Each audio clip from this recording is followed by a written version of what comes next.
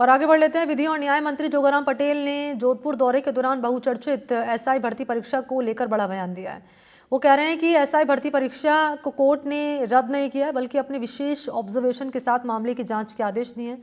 वो ये भी कह रहे हैं कि कोर्ट ने राज्य सरकार को जांच का रिपोर्ट आरपीएससी को भेजने का निर्देश दिया है। प्रदेश में भर्ती परीक्षा रद्द करने के मामले में कानून मंत्री हमारे साथ है। सर, किस तरह से आपने अभी तक कोई कोर्ट से जो है कॉपी नहीं ली है, ऑब्जर्वेशन कॉपी के लिए?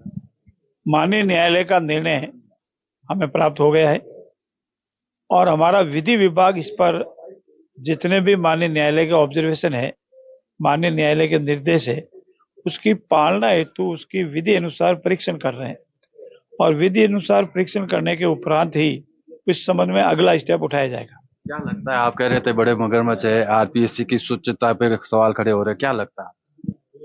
पूर्ववर्ती कांग्रेस सरकार के कार्यकाल के दौरान ही जो माननीय सदस्य आज जेल में हैं, उन्होंने नियुक्ति दी। पूर्ववर्ती कांग्रेस सरकार के मुखिया की ओएस साथ रहने वाला सुरक्षा गार्ड का अधिकारी इसमें लिप्त है और पकड़ा गया है। तो ऐसी स्थिति में लगता है कि इसमें कहीं न कहीं बड़े लोगों का इन्वॉल्वमेंट भी है और अगर बड़े लोगों का इन्वॉल्व है तो उनको भी जांच के उपरांत पारदर्शिता से न्याय संगत तरीके से जांच करने के उपरांत अगर वो भी दोषी पाए जाएंगे, सब पकड़े जाएंगे।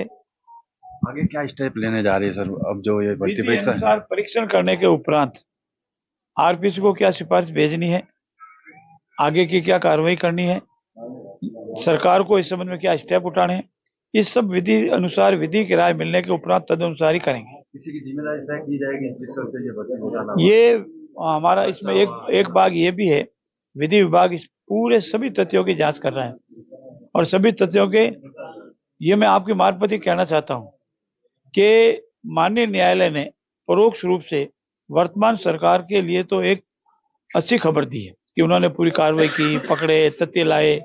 आधार अदरवाइज माननीय न्यायालय के पास तथ्य कौन जिसके आधार पर भर्ती रद्द की सिफारिश करते हैं, लेकिन पूर्ववर्ती सरकार के लिए प्रश्न खड़े करता है। उनको विचार करना चाहिए कि उनके समय की हुई सारी भर्तियां संदेह के घेरे में क्यों हैं। तो यह है कैबिनेट मंत्री जोगाराम पटेल, जो विधिक राय लेने के बाद में जो है भर्ती परीक्षा को लेकर निर्णय किया जाएगा, आरपीएससी को निर्देश दिया जाएगा। लेकिन कह सकते हैं दिव्यांग भर्ती को लेकर भी साफ रूप से कहा है कि इस मामले की पूरी निष्पक्ष जांच की जाएगी और जो लोग फर्जी सर्टिफिकेट लगाकर चाहे तलाक लेकर और दोनों पति पत्नी के रूप में रह रहे हैं, उन सब के खिलाफ भी कार्रवाई की जाएगी। जोधपुर से एनडीटीवी के लिए अरुण हर्ष की रिपोर्ट। उदयपुर वाटी थाना इलाके के छापोली गांव में क्रैशर पर काम करने वाले एक नेपाली युवक ने फंदा लगाकर आत्महत्या कर ली। पुलिस ने शव का पोस्टमार्टम कराकर परिजनों के हवाले किया है। थाना अधिकारी बता रहे हैं कि पंचदेव नगर नेपाल निवासी नवीन बहादुर 4-5 महीने से छापोली के कृष्णा क्रैशर पर खाना बनाने का काम करता था। रात को उसने खाना बनाकर सभी को खिलाया और खुद खाकर सो गया। सुबह क्रैशर पर काम करने वाले कर्मचारियों ने देखा तो वो अपने कमरे में छत पर लगी पाइप पर झूलता हुआ मिला। क्रैशर कर्मचारियों ने पुलिस को सूचना दी।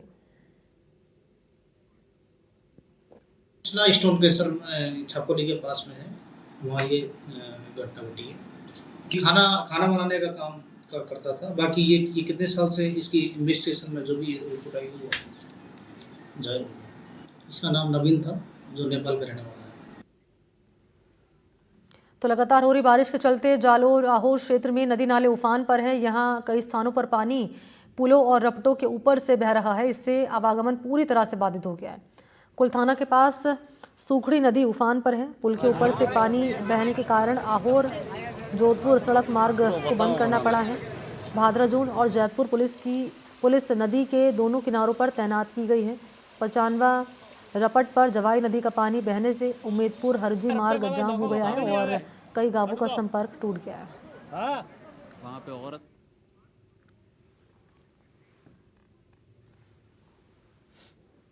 और इन्हीं तमाम खबरों के साथ बुलेटिन में फिलहाल इतना ही।